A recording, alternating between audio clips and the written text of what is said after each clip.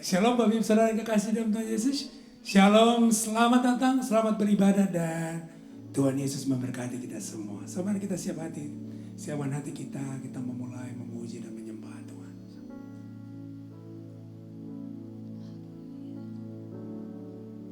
Hallelujah Lord God.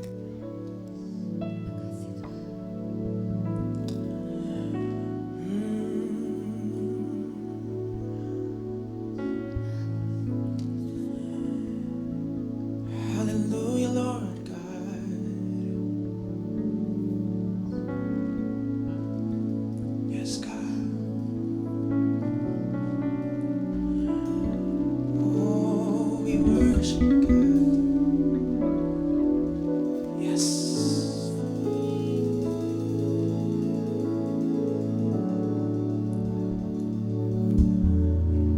Syukur untuk setiap rencanamu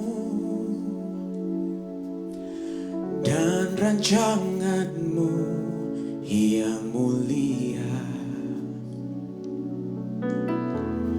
dalam satu tubuh kami bersatu menjadi duta kerajaanmu.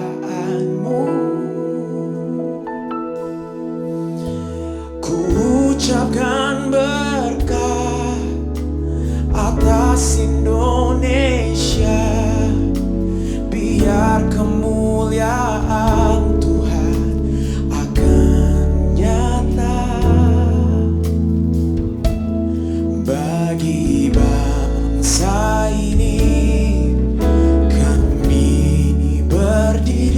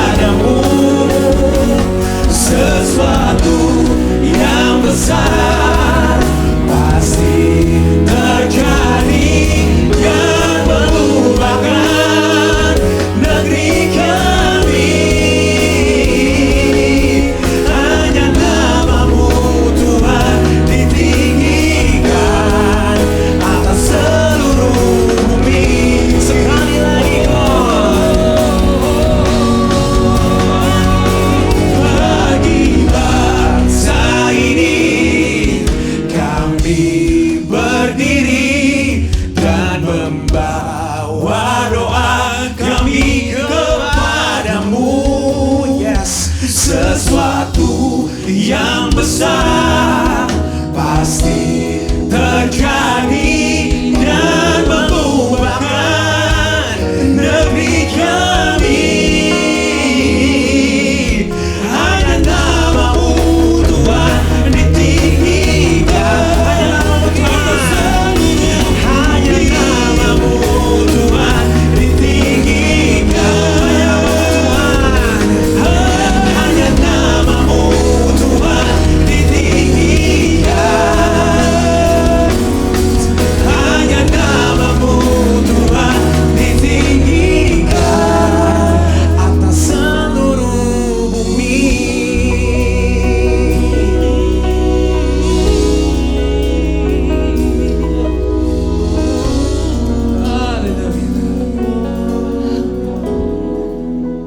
Haleluya, haleluya, haleluya, haleluya.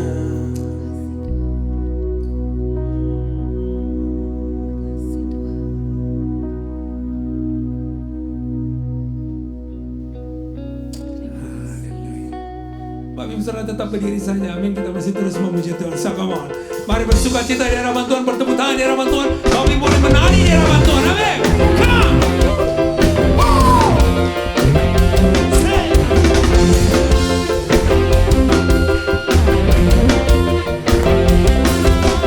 Mari kita semua Katakan umat pilihan Allah. umat pilihan Allah, dengarlah panggilannya untuk menggenapi firman-Nya.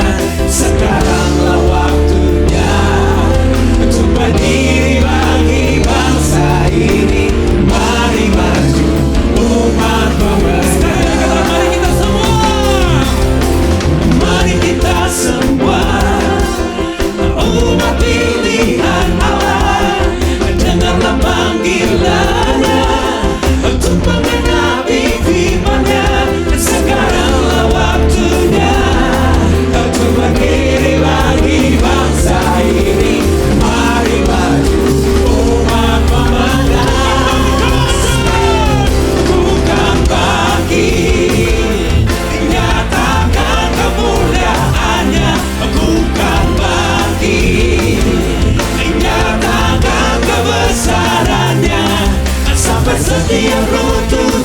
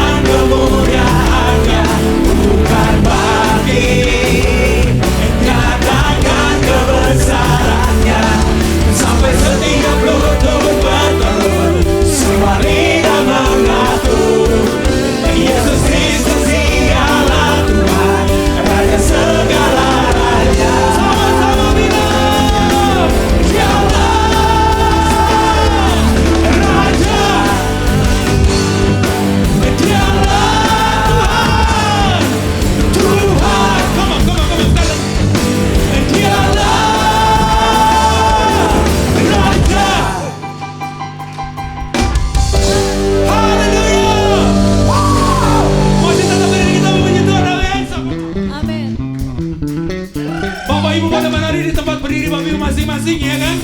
So, come on.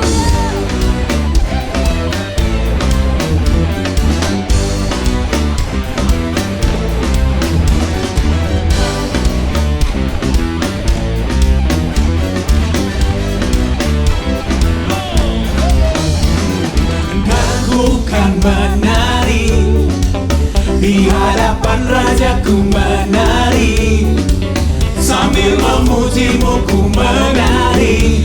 Kaulah sukacitaku Tuhan. Dan ku kan menari di hadapan Rajaku, menari sambil memujimu ku menari. Kaulah sukacitaku Tuhan, kaulah sukacitaku.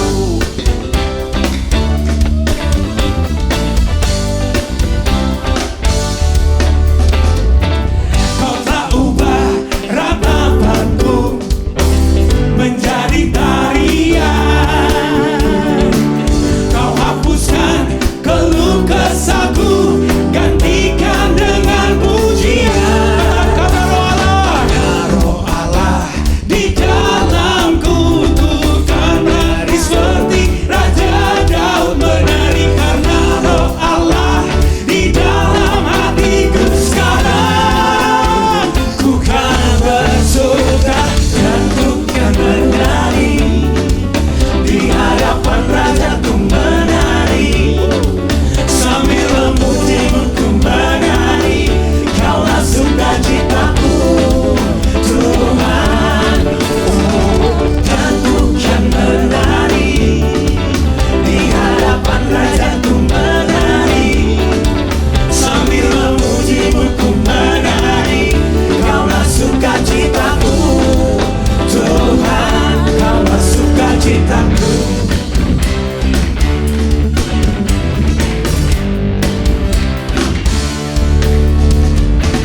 Kau telah ubah ratapanku menjadi tarian. Amin, amin. Kau hapuskan keluh kesahku, gantikan dengan pujian. Sama-sama bilang, karena Roh Allah di dalamku, ku kan menari seperti Raja Daud menari. Karena Roh Allah di dalam hatiku, sekarang ku kan bersuka dan ku kan menari di hadapan Rajaku, menari sambil memujimu ku menari. Kaulah sukacitaku Tuhan. Dan ku kan menari di hadapan Rajaku, menari sambil memujimu ku menari. Kaulah sukacitaku Tuhan, kaulah sukacitaku Tuhan, kaulah sukacitaku Tuhan, kaulah sukacitaku.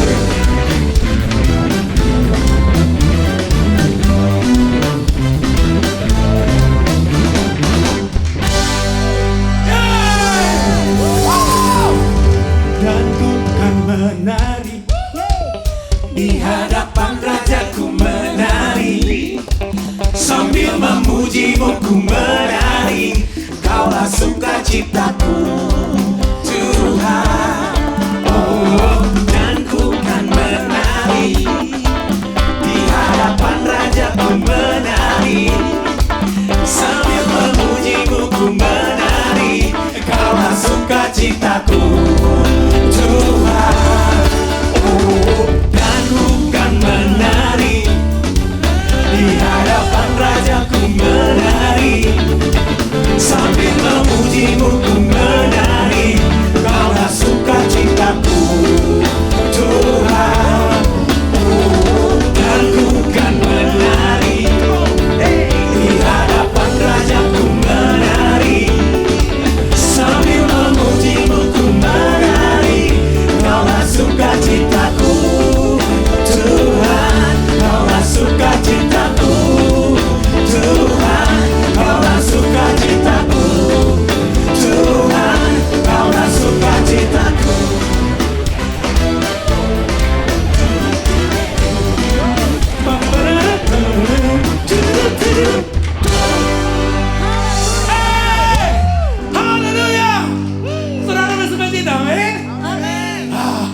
Mari kita mau menyembah Tuhan lebih lagi, amin.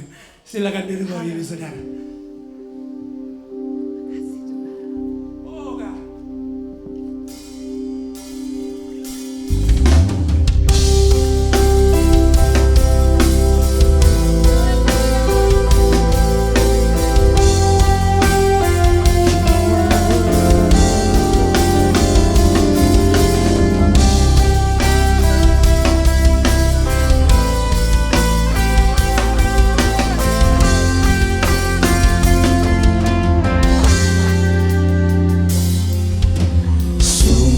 Besar setiamu, Amin. nyata di sepanjang hidupku. Darahmu telah layakan kehidupanku. Amin, amin, amin. Tiada kata yang bisa lukiskan indahnya Kau Tuhan. Bagimu segala pujian dan kemuliaan. Oh, ku tinggikan Engkau Tuhan, melebihi segalanya, lebih dalam ku menyembah. Dalam roh dan kebenaran. Dalam roh dan kebenaran selamanya.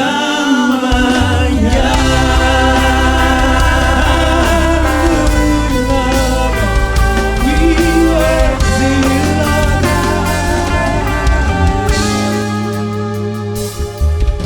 Sungguh besar setiamu, Amin. nyata di sepanjang hidupku. Darahmu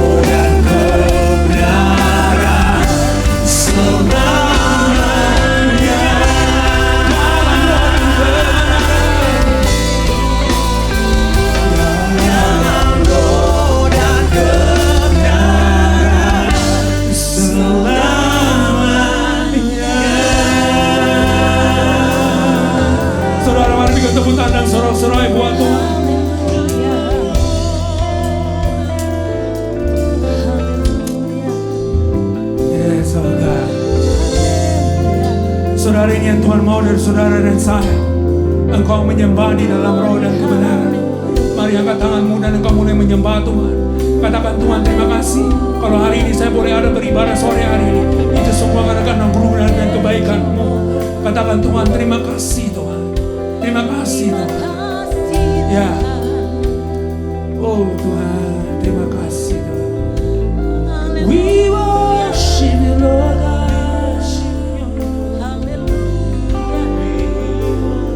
Memuji-Mu Tuhan, menyembah-Mu, meninggikan nama-Mu.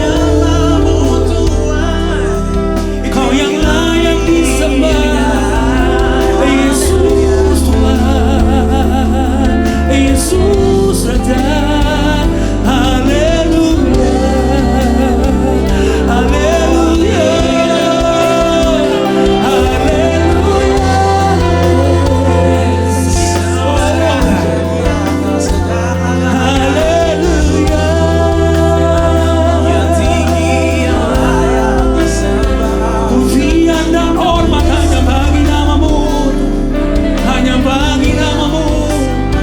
Yesus Tuhan, Yesus Raja, haleluya.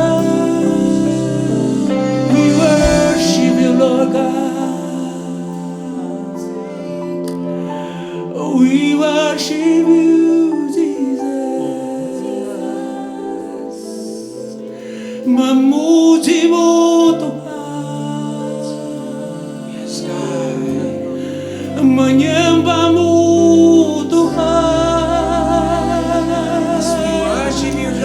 meninggikan nama-Mu, memuji-muji Engkau Tuhan. Hanya Engkau, hanya Engkau, hanya Engkau. Haleluya,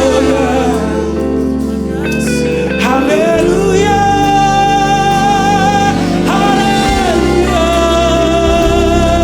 haleluya, haleluya. We worship you, we worship you, we worship you, we worship you. Oh haleluya Lord God. Terpujilah nama-Mu Tuhan. Haleluya.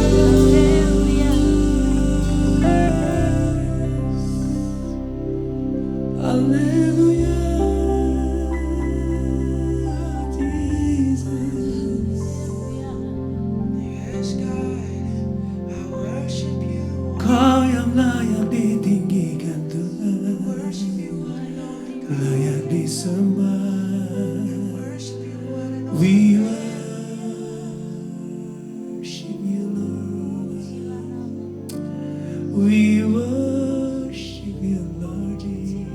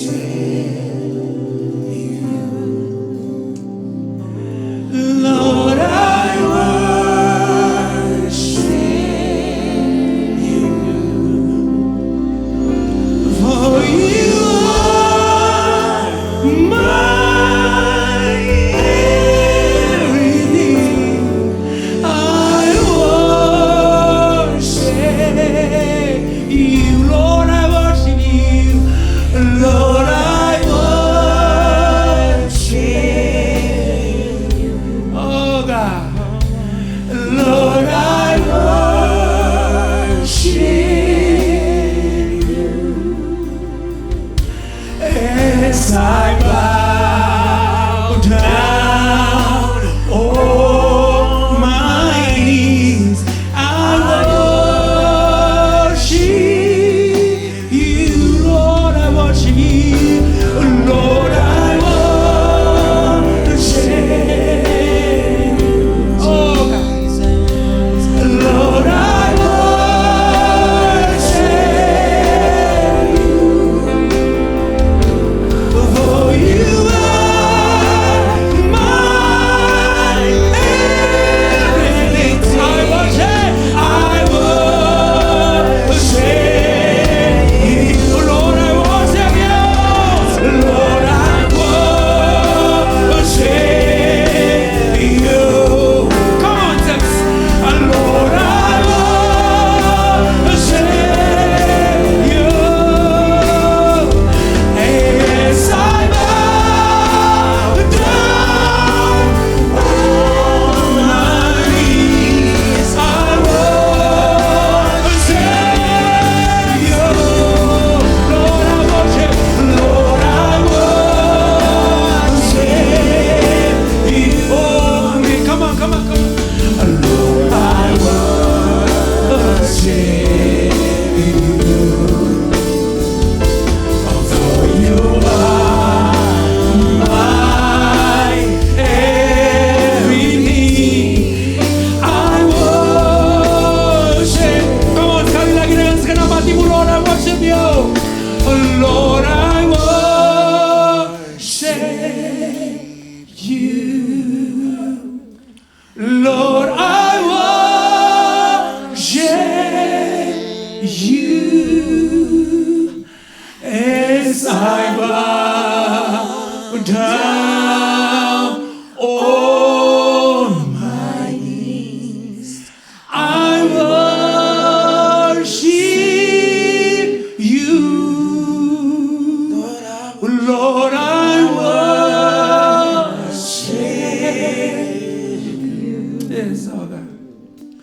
Lord, I worship you, for you are my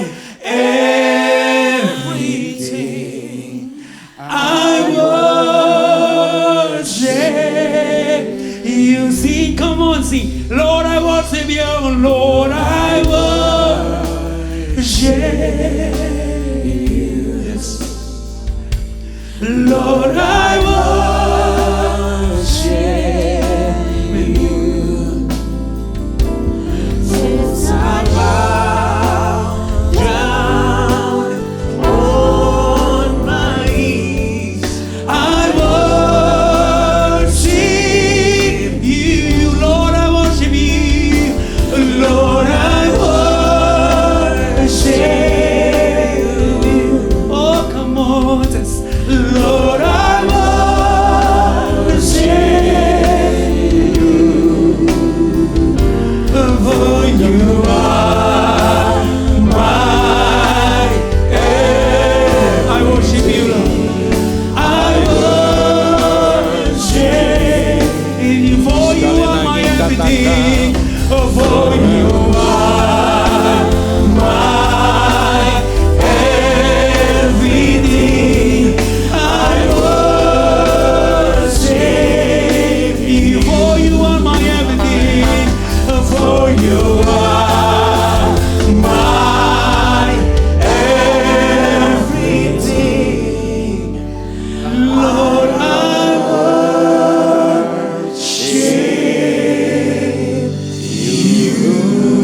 Haleluya, haleluya, haleluya. Terpujilah namamu Tuhan. Terima kasih Tuhan, haleluya. Kami bersyukur, kami memuji, meninggikan namamu Tuhan untuk selama-lamanya. Sebab kasih setiamu, kebaikan kemurahanmu Tuhan, tak pernah berkesudahan, selalu baru tiap pagi. Haleluya, haleluya. Penyertaan-Mu Tuhan sempurna bagi kami. Penjagaanmu tetap untuk selama-lamanya. Engkau baik, Engkau ajaib. Terima kasih Tuhan. Haleluya, haleluya. Oh, oh, oh. Yes, mari kita angkat tangan kepada Tuhan. Saya memberikan waktu bagi Bapak Ibu Saudara mengucapkan kata-kata pujian, kata-kata terima kasih, pengagungan kepada Tuhan. Haleluya, haleluya. Tuhan baik, Tuhan baik, sungguh amat baik. Haleluya, terima kasih.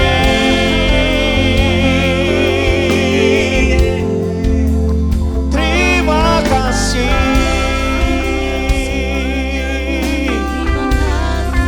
Engkau tak tergantikan, Engkau tak tertandingi. Engkau Yesus luar biasa.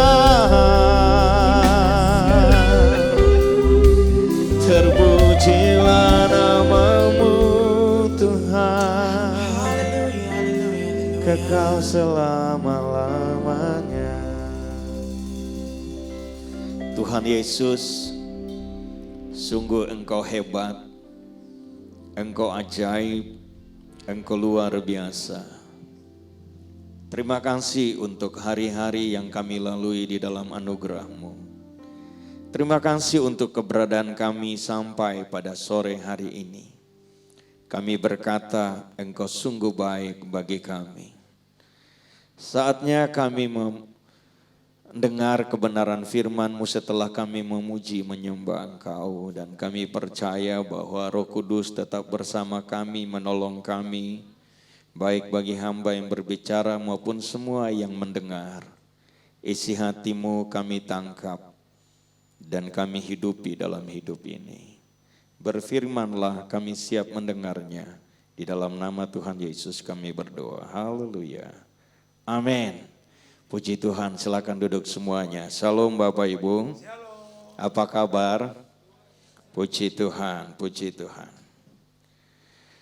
Bapak Ibu Saudara, kita ada di hari-hari merayakan kemerdekaan Indonesia yang ke-78. Dan saya akan berbicara dengan tema hidupnya orang merdeka.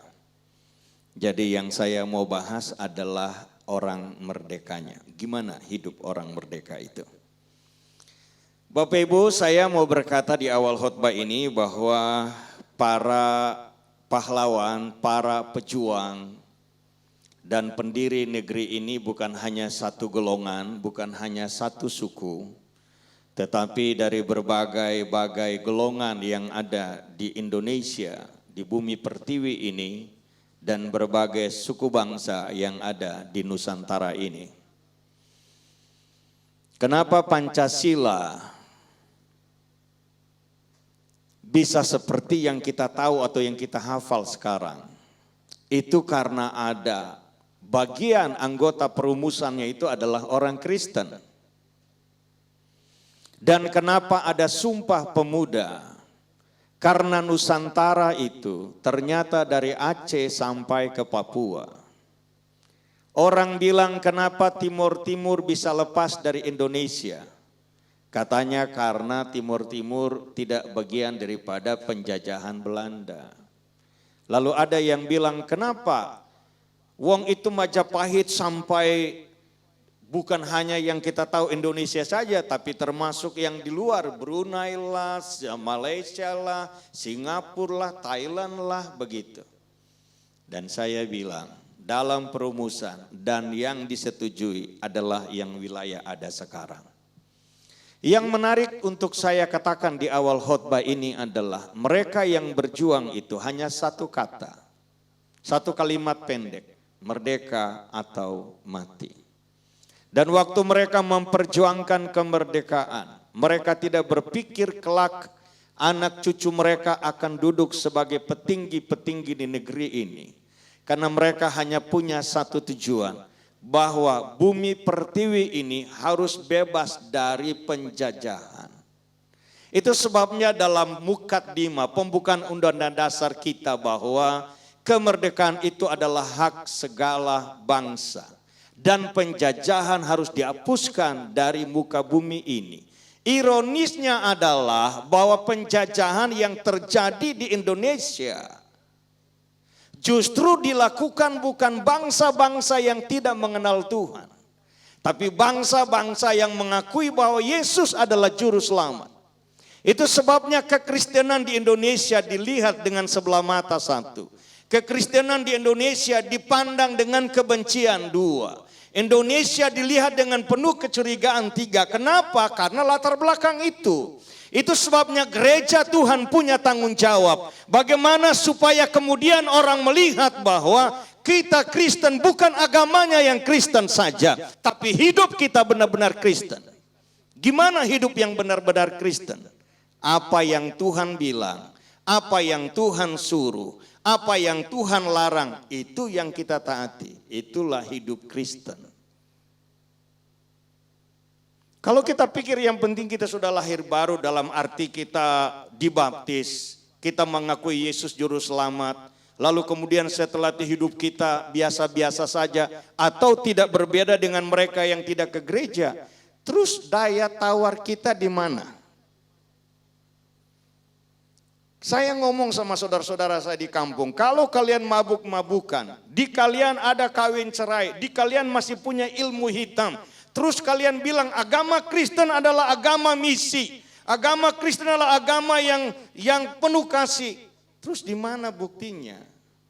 Sedangkan sasaran kita, mereka yang gak kenal Tuhan bilang bahwa hidup kami lebih bagus daripada kamu. Itu sebabnya saya mau menyoroti tentang hidupnya orang merdeka. Dan hidup orang merdeka, saya baca kata-kata awal saya. Hidupnya orang merdeka adalah hidup bebas tanpa perbudakan dosa. Jadi bukan cuma bebas titik, mesti sambung tanpa perbudakan dosa. Paulus ngomong kasih karunia yang besar yang Tuhan beri kepada kita bukan kemudian kita jadi berbuat banyak dosa. Karena setiap dosa ada pengampunan, bukan. Karena dosa kita yang per hari ini sudah diampuni saat kita terima Yesus. Maka hari ini ke depan mari kita berjalan dalam ketaatan pada firman. Mari kita berjalan pada tuntunan daripada Roh Kudus. Mari kita memuji menyembah Tuhan dengan benar dan selayaknya. Itu baru nama kita orang merdeka. Bebas dari jajahan kuasa gelap. Tahun 1975 KKR Kebaktian Kebungan Rohani bukan hanya kepada kalangan aliran Pentakosta tetapi kepada aliran Injili, Protestan atau gereja tua, biasa kita sebut begitu. Dan ternyata juga di gereja-gereja, tanda kutip katanya gereja pertobatan yang di kampung-kampung. Tapi begitu altar call diminta, ditantang, siapa yang masih punya, orang sana bilang mamudu, masih punya ikat pinggang dengan ilmu-ilmunya. Itu ternyata banyak sampai majelis gereja juga punya gitu loh. Ini yang namanya satu sisi kita bilang kita anak Tuhan. Tapi sisi lain yang gak mungkin dipungkiri adalah kita masih anak setan. Terus kita bilang kita orang merdeka, enggak juga.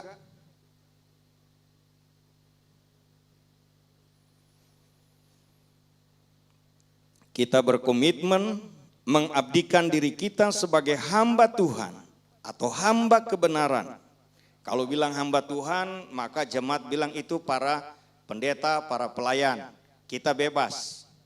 Maka saya bilang hamba Tuhan atau hamba kebenaran. Alkitab, nah itu kita semua itu. Gitu ya. Lalu kemudian apa? sebagai hamba kebenaran dan bermentalitas pemenang dalam menjalani hidup dan menghadapi tantangan hidup. Ini kalimat ini ada nih yang saya baca tadi. Tolong dilihat slide-nya. Oke, puji Tuhan. Sejak Adam dan Hawa jatuh berdosa, maka saya berkata gini, tanpa dibeda-bedakan atau enggak perlu diakui, sudah ada dua kenyataan. Ada kerajaan terang dan ada kerajaan gelap. Kerajaan terang itu adalah pihak Tuhan dan kerajaan gelap itu pihak Lucifer atau iblis.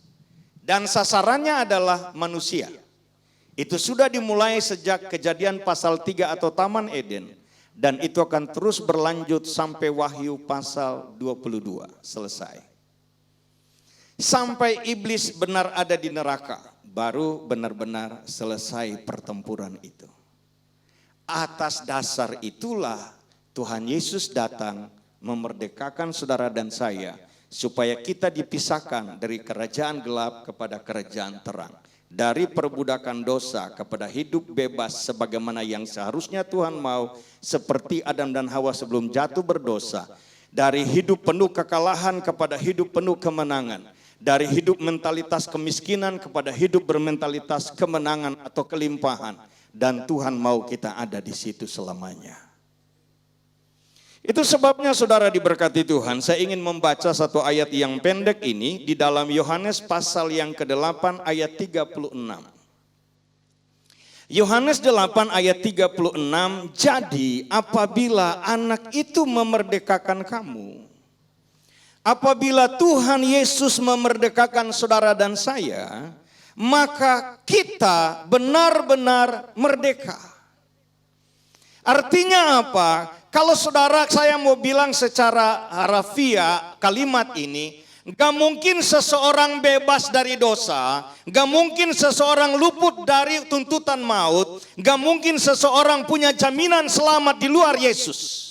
Dan apabila Yesus memerdekakan dan kita terima pemerdekaan itu, maka barulah kita benar-benar merdeka, kita benar-benar bebas, kita benar-benar selamat. Di luar Yesus, semua masih mudah-mudahan. Tetapi yang menyedihkan bahwa tidak sedikit hidup orang Kristen menunjukkan bahwa keselamatan itu bukan sesuatu yang penting. Yang penting itu harta, yang penting itu kedudukan, yang penting itu materi, yang penting itu adalah keterkenalan dan seterusnya. Makanya mereka bisa melakukan segala cara untuk mencapainya. Kalau harus meninggalkan Yesus enggak apa-apa. Karena katanya semua agama sama. Dan saya bilang, kalau semuanya sama cukup satu agama saja. Kalau semua sama, apa alasan kita menginjil? Kalau semua sama, apa alasan ada gereja ini?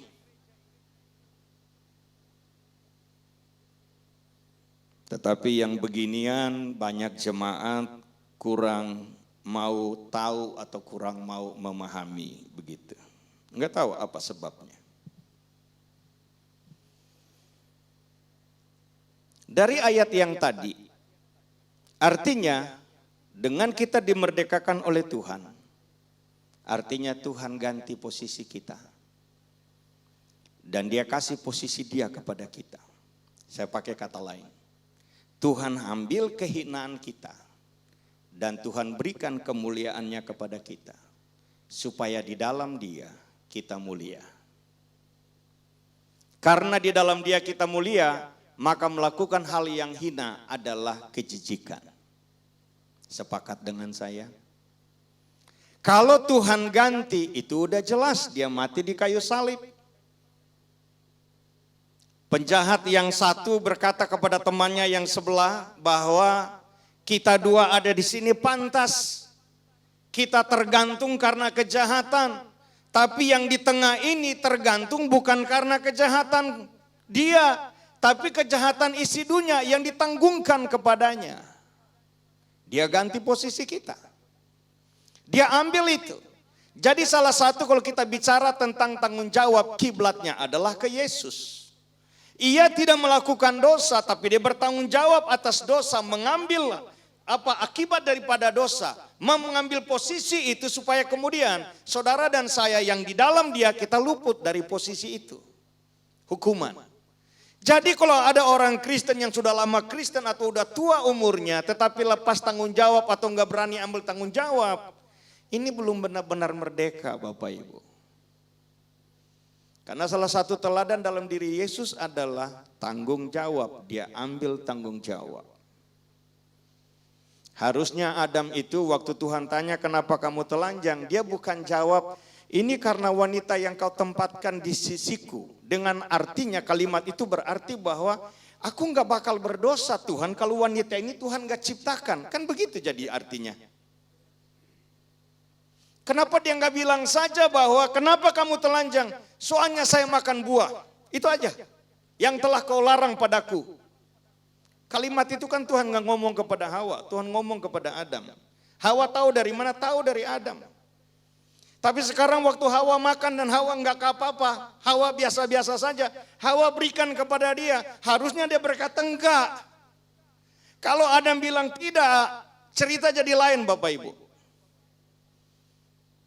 Dan kesucian Adam kemudian bisa menjadi alasan Hawa bisa ditebus atau diampuni atau apa istilahnya nggak tahu lah waktu itu. Tapi karena dia ikut memakannya, baru keduanya menjadi telanjang. Mengapa begitu? Karena tanggung jawab ada di Adam bukan di Hawa. Tuhan ambil posisi kita, dia menebus kita. Dan di atas kayu salib dia berkata sudah selesai. Karena sudah selesai, saya baca Roma 5, 12, 17. Sebab itu, sama seperti dosa telah masuk ke dalam dunia oleh satu orang Adam, dan oleh dosa itu juga maut, dosa upahnya maut. Demikianlah maut itu telah menjalar, bahasa lain merajalela, menguasai kepada semua orang. Karena semua orang telah berbuat dosa. Harusnya kalimat ini bukan begitu bunyinya. Kepada satu orang, kepada semua dan akibatnya semua menjadi berdosa. Itu harusnya. Tapi kok di sini bilang bahwa semua karena semua orang telah berbuat dosa. Padahal kan Adam nih yang buat dosa. Ayat-ayat di atas kan kalimat di atas sedang bicara Adam. Kenapa ujungnya berkata bahwa semua telah berbuat dosa? Dalam bicara kesehatan, kalau papanya itu kena AIDS, pasti akan turun ke mamanya.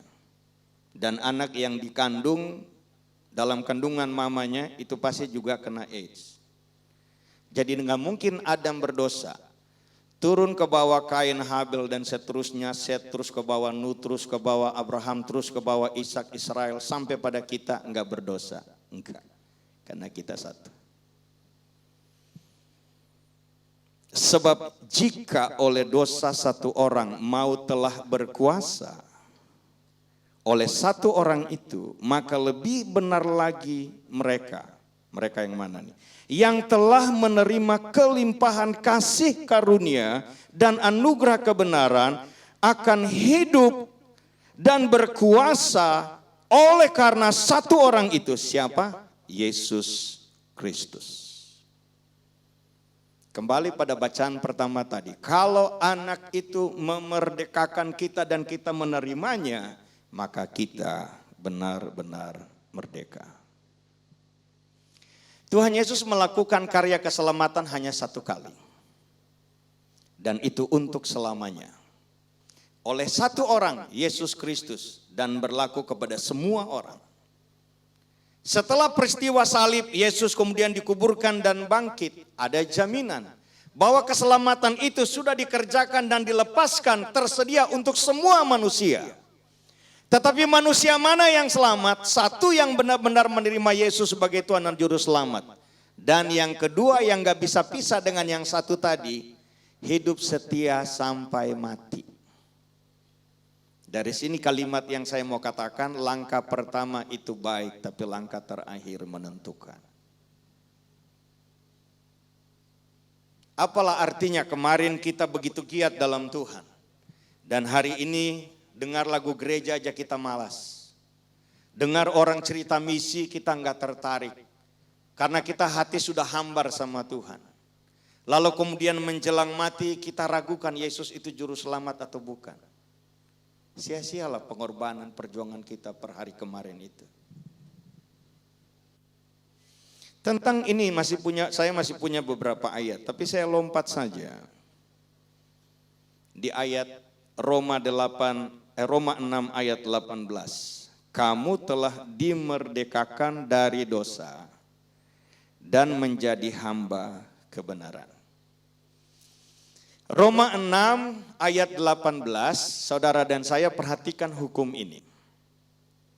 Kalau kita bilang kita sudah merdeka, berarti pada sisi yang lain kita tidak sedang menjadi hamba dosa. Kalau ternyata saat ini kita masih hamba dosa, berarti sebetulnya kita belum menjadi hamba kebenaran atau merdeka seutuhnya. Jadi mari kita cek diri kita. Untuk ini saya berikan satu ilustrasi. Satu orang Ambon datang ke Jakarta, merantau ke Jakarta. Dan dia mau mengikuti senior-seniornya supaya ditakutin orang, dia jalan tuh gagah gini ya. Tegap jalan, pandangnya ke arah depan gitu ya. Agak songong gitu jalannya. Ini di gang. Terus kemudian ada anak-anak makan pisang Ambon, buang kulitnya di trotoar.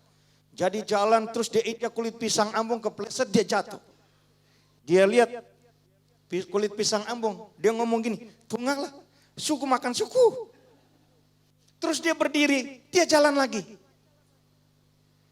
Maksud saya, orang ini nggak sengaja jatuh, betul ya. Dan waktu dia jatuh, dia nggak tetap tinggal di situ. Tapi dia berdiri dan dia jalan lagi. Saudara, dalam hidup ini mungkin kita nggak sengaja tiba-tiba sadar-sadar, waduh saya udah bikin dosa. Mungkin kita nggak sengaja tiba-tiba kita sadar bahwa ucapan kita sudah membuat orang sedih, terluka dan seterusnya. Pertanyaannya adalah, apakah kita menyesalinya? Apakah kita memperbaikinya? Dan apakah kita tidak mengulanginya? Atau kita anggap itu biasa? Ini masalahnya. Dari sini saya mau berkata bahwa orang yang sudah merdeka itu bukan berarti tidak pernah salah. Orang yang sudah merdeka itu bukan berarti tidak pernah berdosa. Tapi yang pasti kalau orang merdeka itu dia hamba kebenaran, bukan hamba dosa. Jadi dia pernah salah, dia pernah berdosa, tapi dia tidak tinggal dalam kesalahan, tidak tinggal dalam dosa. Itu bedanya. Jadi kalau saya bikin grafik tuh langkahnya begini. Naik, mungkin jatuh dikit, naik lagi. Jatuh kali, tapi naik lagi. Bukan begini, jatuh begini, jatuh begini. Ini kebak-kebak jurang ujung-ujung nih. Itu sebabnya ada beberapa hal penting yang ingin saya bahas dari judul ini. Hidup orang merdeka itu akan memperhatikan hal-hal sebagai berikut ini. Ada 3 yang saya mau bahas di poin 1 ini. Pemenuhan hidup versus apa? Penyangkalan diri. Saudara perhatikan 2 kalimat itu. Dalam doa kita kan kita minta diberkati, berarti kepada pemenuhan hidup, bukan? Tapi mari kita jangan stop di situ, kita mesti melangkah maju. Kalau hari ini kita baru Kristen, tahun ini kita baru Kristen dan kita hanya ngotot di kalimat pertama, 2 kata pertama mungkin iya. Tapi kalau sudah lama dalam Tuhan, sudah lama pelayanan, fokus kita masih pada pemenuhan hidup, ada yang salah dalam hidup kekristenan kita. Kita harus maju pada langkah berikutnya adalah penyangkalan diri. Kalau sudah sampai pada penyangkalan diri itu artinya kita menyangkali keberadaan diri kita. Kalau egois tadinya, kita menyangkal saya enggak egois lagi. Ini bukan berarti tidak mengakui, bukan itu maksudnya. Tapi menolak. Kalau ternyata orang sangir itu tukang ngambek, saya mesti menyangkali diri, enggak boleh ngambek-ngambek. Kalau ternyata orang sangir itu modelnya sombong, saya mesti menyangkali, saya nggak boleh sombong-sombong lagi. Itu maksudnya. Menyangkal diri itu termasuk kayak gini. Kalau orang nggak sengaja buat kita tersinggung, jangan kita, kamu nggak tahu siapa saya. Itu artinya belum menyangkal diri.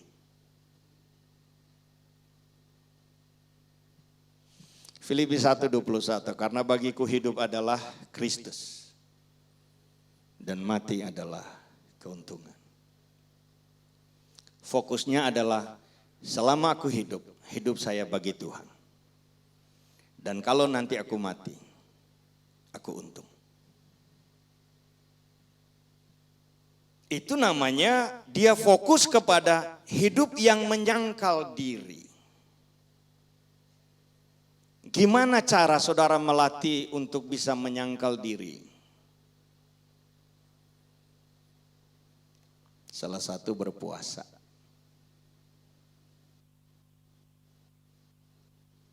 Serunya berpuasa itu adalah kita enggak tulis, hormati saya lagi puasa. Ada teman ajak meeting, ajak ngobrol, dan kita datang ngobrol. Mau pesan apa? Nanti saya yang bayar. Satu sisi berarti kita udah nggak ada tanggung jawab nih ya. Mau dibayarin. Pilih aja. 2. Udah nggak bayar, pilih aja. Berarti termasuk kesukaan kita, kita pilih juga boleh dong ya. Terus itu ada babi hong, ada apa segala. Terus mereka udah pesan kita tetap nggak, dan kita ngobrol aja. Itu bagian daripada kita menyangkali kesukaan kita apa. Saya selalu ngomong sama teman-teman saya, walaupun saya bilang saya sudah kenyang, tapi begitu orang bilang ini ada panada, kayaknya tiba-tiba langsung lapar tuh. Kayaknya ada tempat sendiri tuh untuk panada tuh. Salah satu kue orang Manado tuh. Tetapi kalau bicara penyangkalan diri, enggak, makasih. Maaf bagi yang enggak makan jenis hewan ini. Orang Batak, orang Ambon, orang Manado, orang Sangir, orang Kupang, dan lain-lain makan nih jenis ini, guguk. Saya mau bilang bagi saudara, itu barang itu enak. Lebih enak daripada babi hong. Saya nggak lagi goda, saya lagi mau cerita. Sebelum saya menikah sama istri saya berhenti. Padahal itu barang tuh, itu kesukaan saya dan tiap kali pulang itu khusus disediakan tuh. Satu waktu nggak sengaja istri saya bilang, ih, masa dimakan barang itu? Saya tahu bahwa dia nggak suka. Dan saya memutuskan tidak. Dan kalimat yang saya mau ngomong ini dia nggak tahu sebelumnya. Desember kemarin saya pulang di kampung dan saya lihat 2 barang itu ada di kiri kanan tuh ya. B2 sama B1 itu. Dan saya ambil nih B1 nih, RW ini. Saya coba 1-2 potong. Ini rasa masih kayak yang dulu itu loh. Dan saya bilang cukup, saya cuma mau tahu aja. Begitu saya bilang cukup, ada apa di sini? Minta lagi apa enggak? Ternyata enggak. Saya sudah berhasil menyangkali diri untuk yang satu ini. Yang lain-lain gimana? Masih banyak yang lain. Dan kita harus menyangkali itu semua. Menyangkal diri sama dengan menyangkali kedagingan kita. Menyangkal diri sama dengan kita buang semua yang menyukakan hati, memuaskan diri kita, tapi yang tidak menyenangkan Tuhan. Menyangkal diri adalah termasuk di dalamnya kita mengutamakan, kita menghormati orang daripada orang menghormati kita, dan seterusnya. Saya tidak berlama-lama kan ada beberapa poin. Pindah ke poin kedua, menikmati hidup atau menyerahkan hidup. Menikmati hidup nih umumnya orang bilang gini, sudah susah payah kita berjuang segala macam, sekarang saatnya kita menikmati. Tapi menikmati yang salah itu jam ibadah dia enggak ibadah. Dulu enggak ada duit jadi enggak pergi kemana-mana, makanya ada di gereja terus. Sekarang terbang sana karena ada duit. Alasannya kenapa? Menikmati hidup.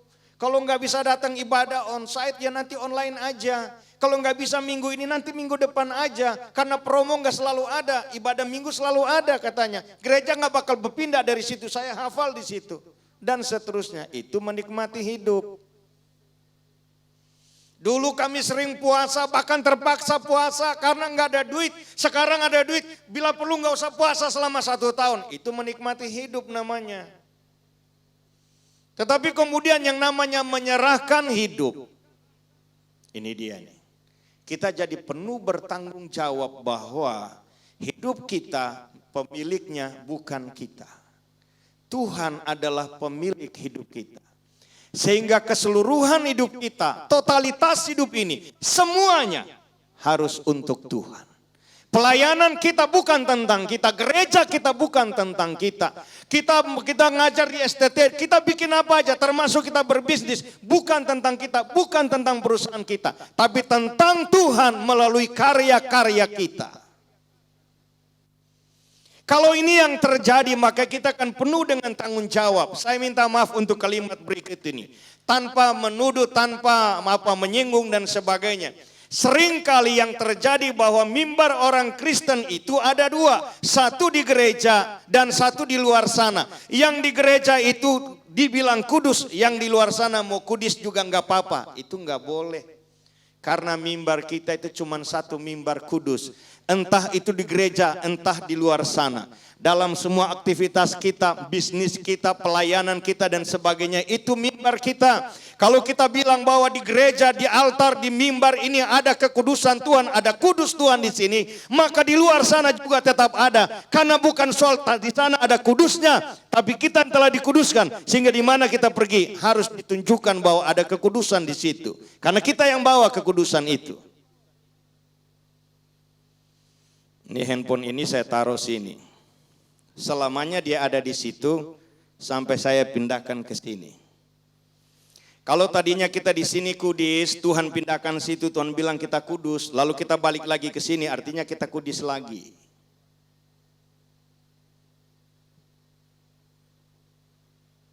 Di mana merdekanya kalau kita bolak-balik? Anjing kembali pada muntah, babi kembali pada kubangan. Menyerahkan hidup. Kita baca ayatnya, Roma 12 ayat 1 ayat 2. Karena itu saudara-saudara, demi kemurahan Allah aku menasihatkan kamu supaya kamu mempersembahkan tubuhmu sebagai persembahan yang hidup 1, yang kudus 2, dan yang berkenan kepada Allah 3. Itu adalah ibadahmu yang sejati. Kalau baru salah satu dari 3 ini atau baru 2 dari 3 ini, itu belum jadi ibadah yang sejati. Baru namanya ibadah-ibadah. Ibadah-ibadahan gitu kira-kira. Ayat 2, janganlah kamu menjadi serupa dengan dunia ini. Gimana supaya kita nggak jadi serupa dengan dunia ini? Kembali di ayat 1, persembahkan tubuh kita, hidup kita menjadi hidup yang kudus, yang berkenan. Itu aja kuncinya. Gimana caranya itu Pak? Kalau di sini Tuhan selamatkan kita, maka pada posisi ini kita berdiri. Belajar firman Tuhan di sini, praktekkan firman Tuhan di sini. Dulu kita jahat, sekarang sekali-sekali, itu artinya ada perubahan. Tapi kalau kemudian dulu saya jahat, sekarang tidak sama sekali. Ini bukan sekedar ada perubahan. Tapi hidup kita sudah benar-benar baru untuk poin itu.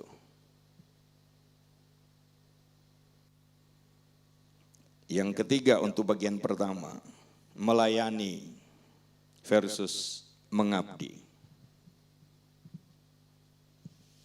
Kemarin saya agak marah salah satu dosen di tempat kami.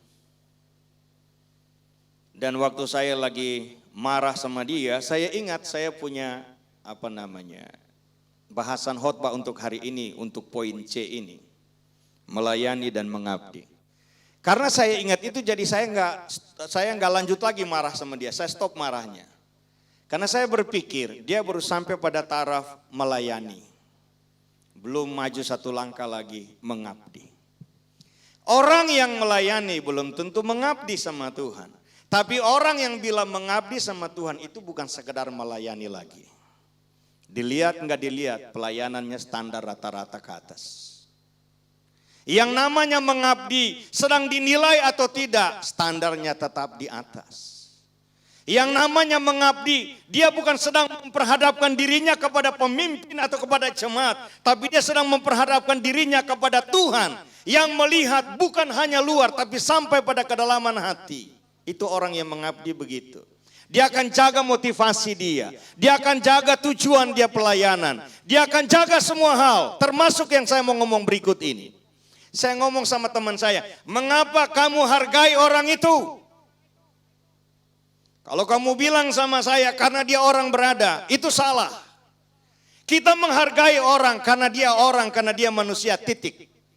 Mau strata sosialnya bawah atau apa, dia manusia. Karena kalau kemudian kita coba membuat beda-beda begitu, saudara, saya cuma ngomong kalimat ini. Jika Tuhan tunggu kita benar baru dia terima kita, enggak ada satupun yang selamat.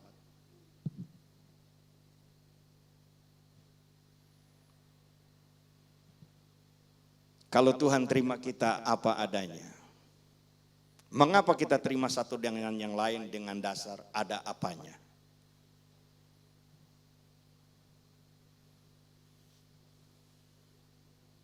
Kalau sudah Desember, istri udah mulai bikin list nama-nama mau dikasih hadiah Natal. Saya ngomong gini, kalau saya lebih condong nama-nama orang yang dikasih itu adalah kemudian orang itu nggak bisa balas kasih sama saya.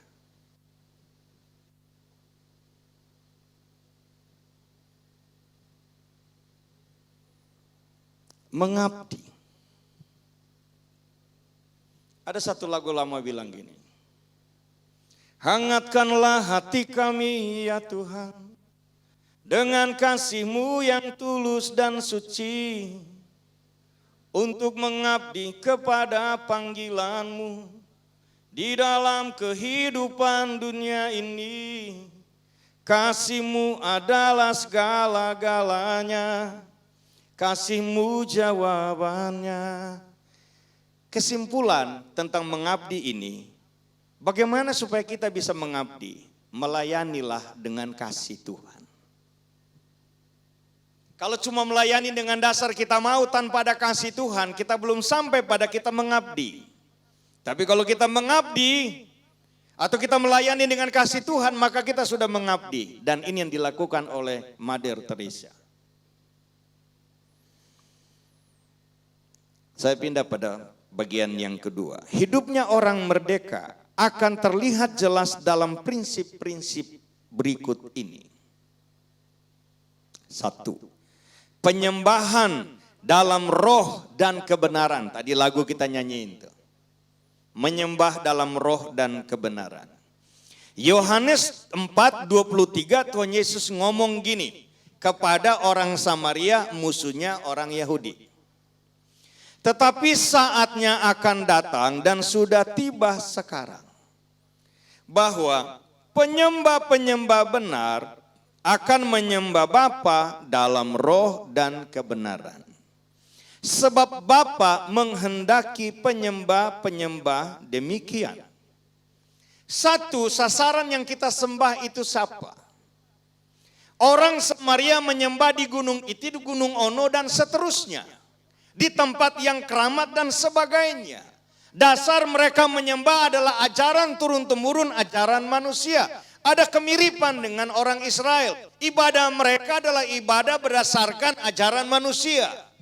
Sampai Yesus datang memberikan satu garis pembeda.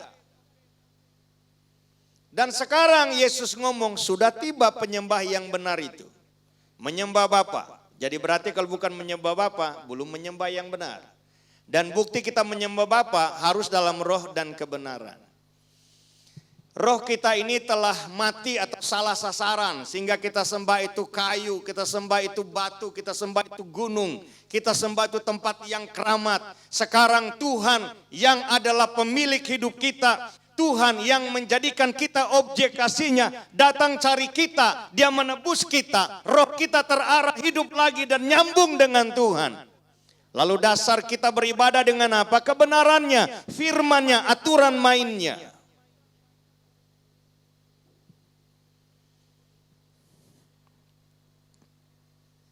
Berarti penyembahan yang model gini, ini jemaat nih bebas yang namanya okultisme. Bebas yang namanya punya ilmu hitam. Dan seterusnya dan seterusnya. Kedua, berjalan dalam roh dan kebenaran. Ini agak mirip dengan yang satu, tapi saya sengaja buat berbeda. Karena menyembah yang orang Kristen pahami itu adalah di gereja kayak tadi itu satu menurut saya. Duanya yang ini, yang berjalan ini. Nah Bapak Ibu diberkati Tuhan, menyembah dalam roh dan kebenaran tadi termasuk yang kita bebas nari lompat gitu ya. Bukan kita nggak sopan sama Tuhan, bukan. Terus kemudian kita balik begini. Lalu kemudian, kenapa kamu membelakangi Tuhan? Emang Tuhan ada di mana? Coba sekarang saya mau tanya. Dia di situ berarti saya begini dong. Ternyata dia bukan situ, dia ada di sini. Saya sudah membelakangi dong. Tuhan itu maha hadir. Kehadirannya memenuhi tempat ini kalau kita di sini ya. Dan kita hadap ke sana hadap Tuhan, hadap begini hadap Tuhan, hadap begini hadap Tuhan, dan seterusnya. Jadi hormatnya itu bukan soal kita posisi jadi begini diam. Itu Abu Nawas namanya. Tapi kemudian ekspresi bebas artinya apa? Kita mau tunjukkan Tuhan, engkau enggak sia-sia tebus tubuhku. Tubuhku kau tebus dan ini aku menari-nari untuk engkau. Aku lompat-lompat untuk engkau Tuhan saat aku memuji engkau. Kita mau menunjukkan bahwa dalam Tuhan ada kebebasan, dalam Tuhan ada kemerdekaan. Dalam Tuhan aku berkemenangan. Aku enggak dibelenggu dengan dosa, aku enggak ditekan dengan persoalan. Terus kalau kita berjalan gimana? Orang gak lihat saya, tapi bukan berarti Tuhan gak lihat saya. Berjalan dalam kebenaran, dia gak tahu saya bohongin dia. Kecuali saya, enggak, bukan kecuali saya. Tuhan juga tahu saya lagi bohongin dia. Itu berjalan dalam kebenaran. Dalam roh dan kebenaran. Orang yang berjalan dalam kebenaran, ciri-cirinya diantaranya seperti ini. Hari ini Daud diserang sama orang Filistin. Dia tanya Tuhan, Tuhan, aku maju enggak? Tuhan bilang maju. Itu orang berjalan atau orang bergerak, orang bertindak di dalam Tuhan dalam kebenaran.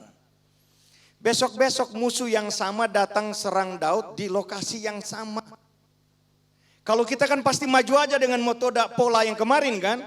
Enggak, Daud tuh enggak gitu. Dia tanya Tuhan lagi, Tuhan ini harus aku maju enggak? Tuhan bilang jangan. Nah coba kalau dia maju.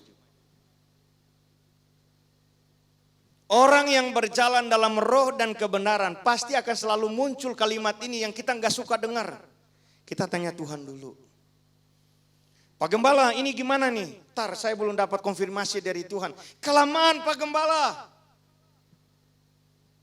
Orang berjalan dalam roh dan kebenaran akan selalu tanya Tuhan. Dan dia akan selalu ngomong. Tuhan ngomong sama saya. Tuhan teguhkan saya untuk ini. Ada ayat bilang begini. Sampai di sini saudara mengerti maksud saya? Karena ngerti saya sambung. Saya lanjut. Ya.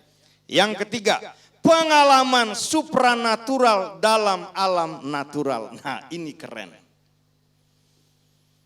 Gimana Daud bisa dengar ada langkah Tuhan di daun pohon kertau itu? Gimana Daud bisa dengar itu? Karena Daud punya kepekaan. Dan akhirnya dia tahu sekarang saatnya kita mesti bergerak maju. Dan kita serang musuh. Dia punya pengalaman supranatural di alam yang natural. Saya berikan contoh lain, mari kita baca ayatnya. Tadi itu di bagian kedua saya nggak baca ayatnya ya. Saya supaya lengkap, saudara tadi berjalan dalam roh dan kebenaran, Roma 6 ayat 18. Ya. Nah sekarang yang C. Kisah para Rasul 8 ayat 39-40. Pengalaman supranatural nih ya. Ini dia bukan rasul. Dia ini boleh dibilang asisten lah. Dan setelah mereka keluar dari air, yaitu Filipus dan sida-sida Ethiopia itu, bendahara Ethiopia.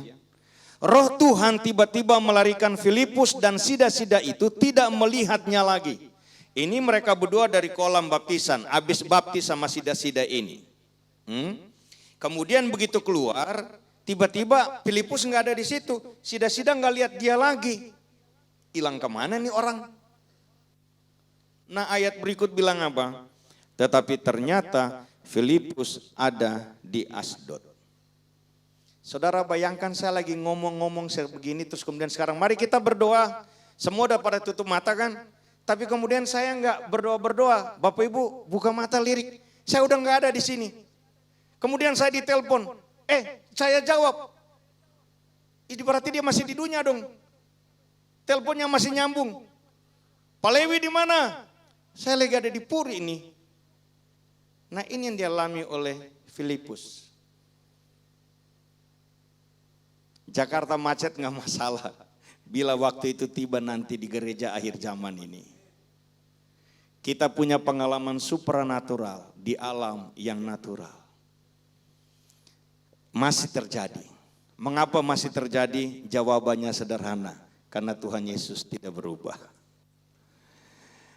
Kalau yang dulu para rasul alami, sekarang dan nanti, apalagi pada akhir zaman penuaian berlaksa-laksa, hal ini pasti akan sangat terjadi.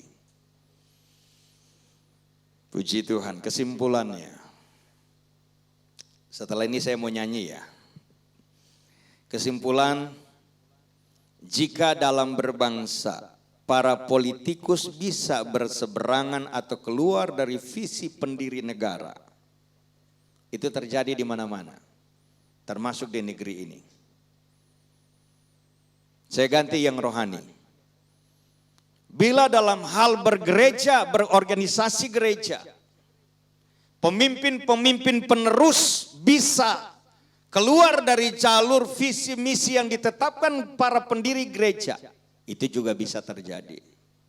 Maka di dalam kekristenan, dalam hidup saudara dan saya sekarang, kita harus berdiri di atas dasar pembenaran kita. Pembenaran mana? Dibenarkan oleh Tuhan, dimerdekakan oleh Tuhan, ditebus oleh Tuhan. Untuk kemudian kita menjalani hidup yang sesuai dengan tujuan pembebasan, dengan tujuan atau alasan mengapa kita dibebaskan. Dan mengarahkan diri kita kepada tujuan daripada pembenaran itu sendiri. Jadi kita sadar kenapa kita diselamatkan dan untuk apa kita diselamatkan. Kita diselamatkan supaya kita enggak mati binasa di neraka. Dan tujuan kemudian supaya kita menjadi perpanjangan tangan Tuhan yang sudah diterima keselamatan bagi kepada orang lain yang belum selamat. Dan kemudian kita terus menjaga diri sebagaimana Paulus berkata, aku terus melatih diriku supaya jangan sampai setelah aku melayani, aku sendiri ditolak. Dari kalimat Paulus ini, saya kutip satu kalimat yang dikatakan Tuhan Yesus dalam Matius 7, 22, 23.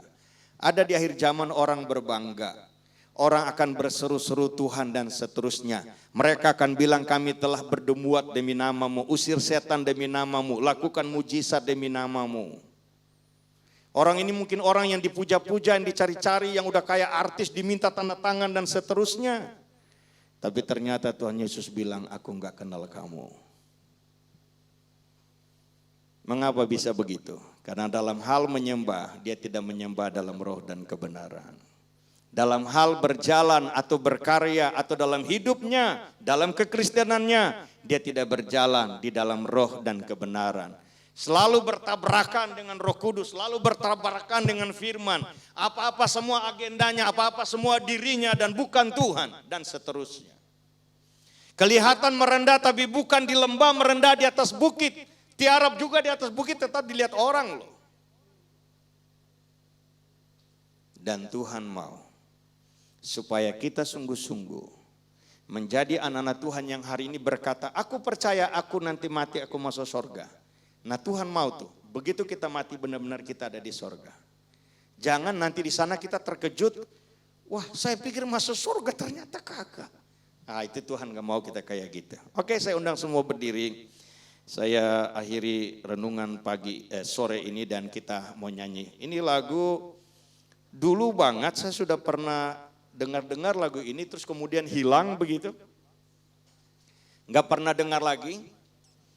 Dan kapan waktu berlalu belum lama ini saya dengar lagi lagu ini. Kemudian saya coba cari di YouTube. Dan ternyata lagu ini ditulis oleh Pak Eras. Saya nggak tahu tulis tahun berapa nih lagu ini. Karena udah tergolong lagu lama ini. Oke, dalam 3 menit ke depan kita nyanyi lagu ini dan saya akan berdoa. Judul ada 2 lagu ini, ada yang tulis Jalanmu Tuhan, ada yang tulis Jejakmu Tuhan. Tepatnya apa nanti kita tanya Pak Eras deh.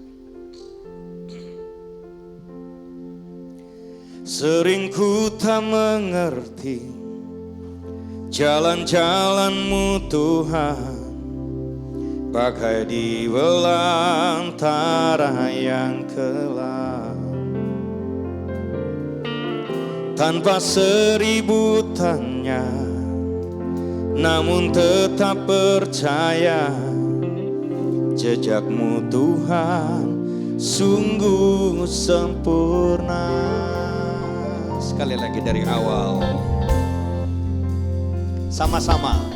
Sering ku tak mengerti jalan-jalan-Mu Tuhan, bagai di belantara yang kelam. Tanpa 1000 tanya, namun tetap percaya, amin, jejak-Mu Tuhan sungguh sempurna. Ajarku memahami semua yang Kau ingini, agar hidupku puaskan hati-Mu. Bagi-Mu Tuhan sepenuh hati menghamba, serahkan diri mengabdi karya-Mu. Katakan seringku tak mengerti, yes, jalan-jalan-Mu Tuhan, bagai di belantara yang gelap. Tanpa 1000 tanya, namun tetap percaya, jejak-Mu Tuhan sungguh sempurna. Ajarku Tuhan, ajarku memahami semua yang Kau ingini, agar hidupku puaskan hati-Mu. Bagi-Mu Tuhan sepenuh hati menghamba, serahkan diri genapi karya-Mu. Mari kita angkat tangan. Aku memahami, ajarku memahami semua yang Kau ingini. Amin, haleluya. Puaskan hati-Mu. Bagi-Mu aku rela, sepenuh hati menghamba, serahkan diri genapi karya-Mu. Serahkan diri mengabdi karya-Mu. Serahkan diri mengabdi karya-Mu.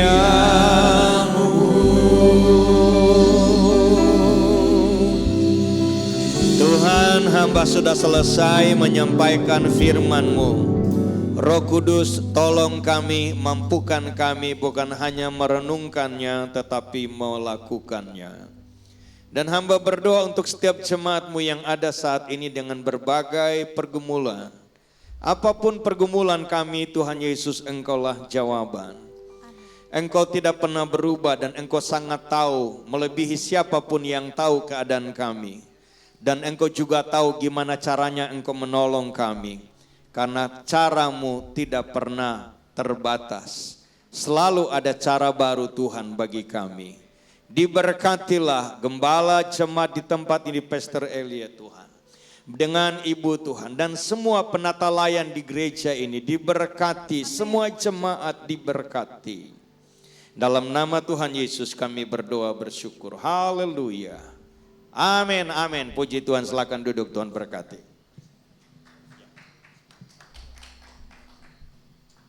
Haleluya. Saudara diberkati, amin. Berikan tepuk tangan sekali lagi buat Tuhan kita yang luar biasa. Haleluya. Baik, kita akan memberikan persembahan Bapak Ibu. Sebelumnya mari kita berdoa terlebih dulu. Mari kita berdoa. Kami bersyukur Tuhan untuk puji-pujian yang sudah kami naikkan. Kami bersyukur Tuhan untuk firman-Mu yang sudah kami dengar, mengajar, menegur, mendidik kami pada sore hari. Terima kasih Tuhan untuk kebenaran firman-Mu. Dan berdoa buat hamba-Mu kemanapun dia pergi menyampaikan kebenaran firman Tuhan. Ada kuasa Tuhan menyertai dia. Diberkati keluarga, diberkati pelayanannya Bapak. Bapak terima kasih, dan saat ini kami akan memberikan persembahan. Karena kami sudah diberkati Tuhan. Untuk itu kami mau memberikan persembahan dan penuh sukacita. Di dalam nama Tuhan Yesus. Haleluya. Amin. Selamat memberi, Tuhan Yesus memberkati. Saudara, kita sambil persembahan dijalankan, kita naikkan pujian ini.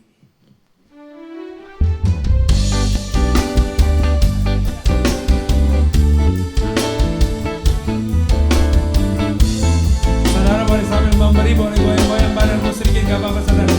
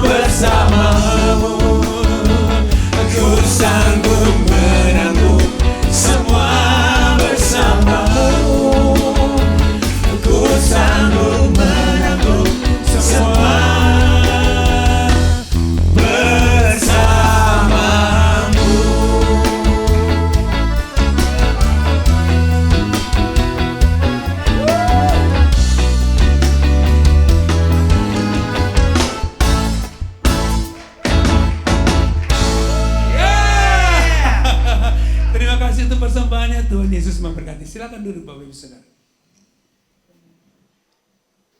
Haleluya. Kita semua diberkati Tuhan. Amin. Berikan sekali lagi tepuk tangan yang paling meriah bagi Tuhan Yesus. Puji Tuhan. Terima kasih pertama-tama kami sampaikan sekali lagi kepada hambanya Bapak Pendeta Lewi Katiandago yang telah membagikan firman bagi kita semua. Di sini ada ikut istrinya, ya Ibu Pendeta Debbie, ada anaknya, ya puji Tuhan. Tuhan Yesus memberkati. Pemakaian Tuhan semakin dahsyat yang luar biasa dan luar biasa bagi keluarga hambanya. Kami mau menyambut bagi ada yang bagian anak Tuhan yang baru pertama kali hadir. Boleh angkat tangan dan kami undang dengan kasih Kristus boleh bangkit berdiri. Puji Tuhan. Selamat datang. Selamat beribadah bersama-sama dengan kami GSKI Bethel. Dan kami percaya kita semua diberkati Tuhan. Kami mau menyambut juga yang ada di YouTube. Shalom bagi yang ada di YouTube yang sedang mengikuti juga live streaming. Tuhan Yesus memberkati kita semua. Puji Tuhan, saatnya tiba kita mau berdoa. Sekali lagi dengan kasih Kristus saya undang kita semuanya bangkit berdiri. Kita mau menyatukan hati kita untuk kembali berdoa kepada Tuhan.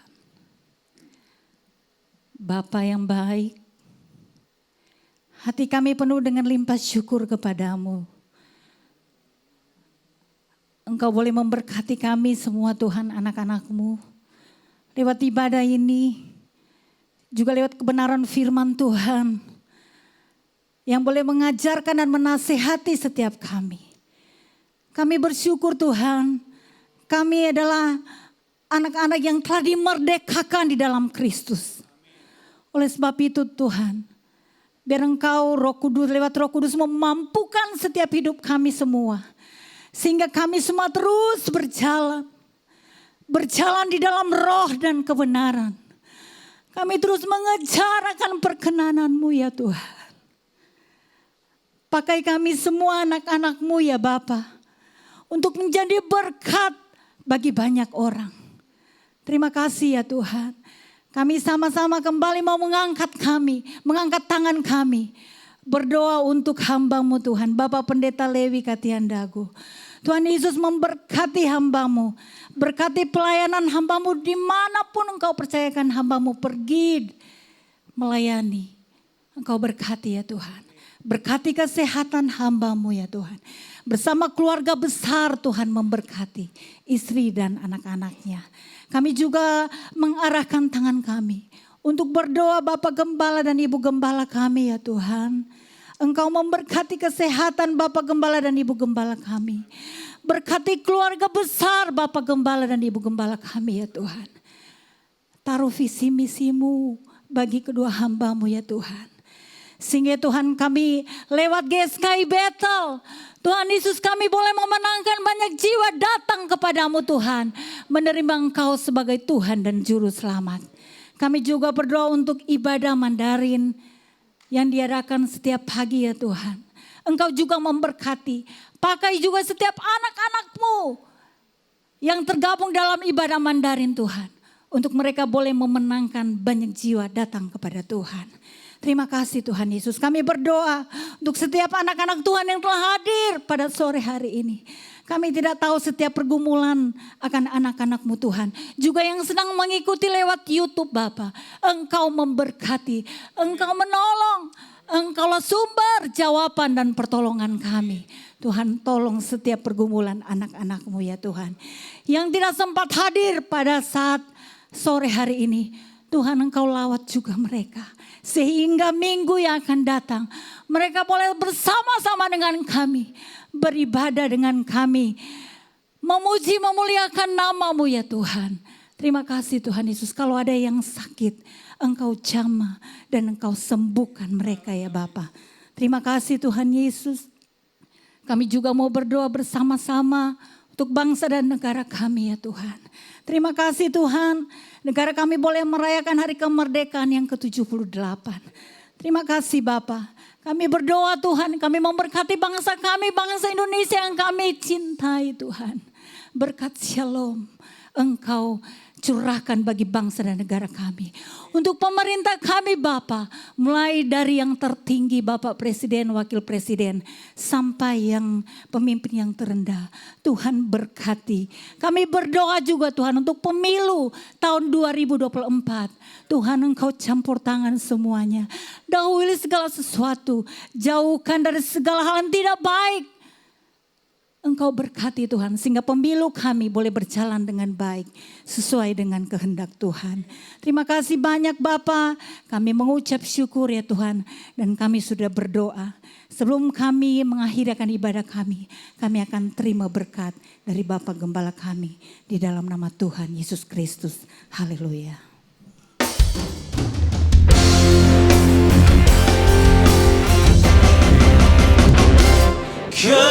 Kemuliaan bagimu di tempat maha tinggi. Kemuliaan bagimu di tempat maha tinggi. Kemuliaan bagimu di tempat maha tinggi. Kemuliaan bagimu di tempat maha tinggi. Di tempat maha tinggi. Di tempat maha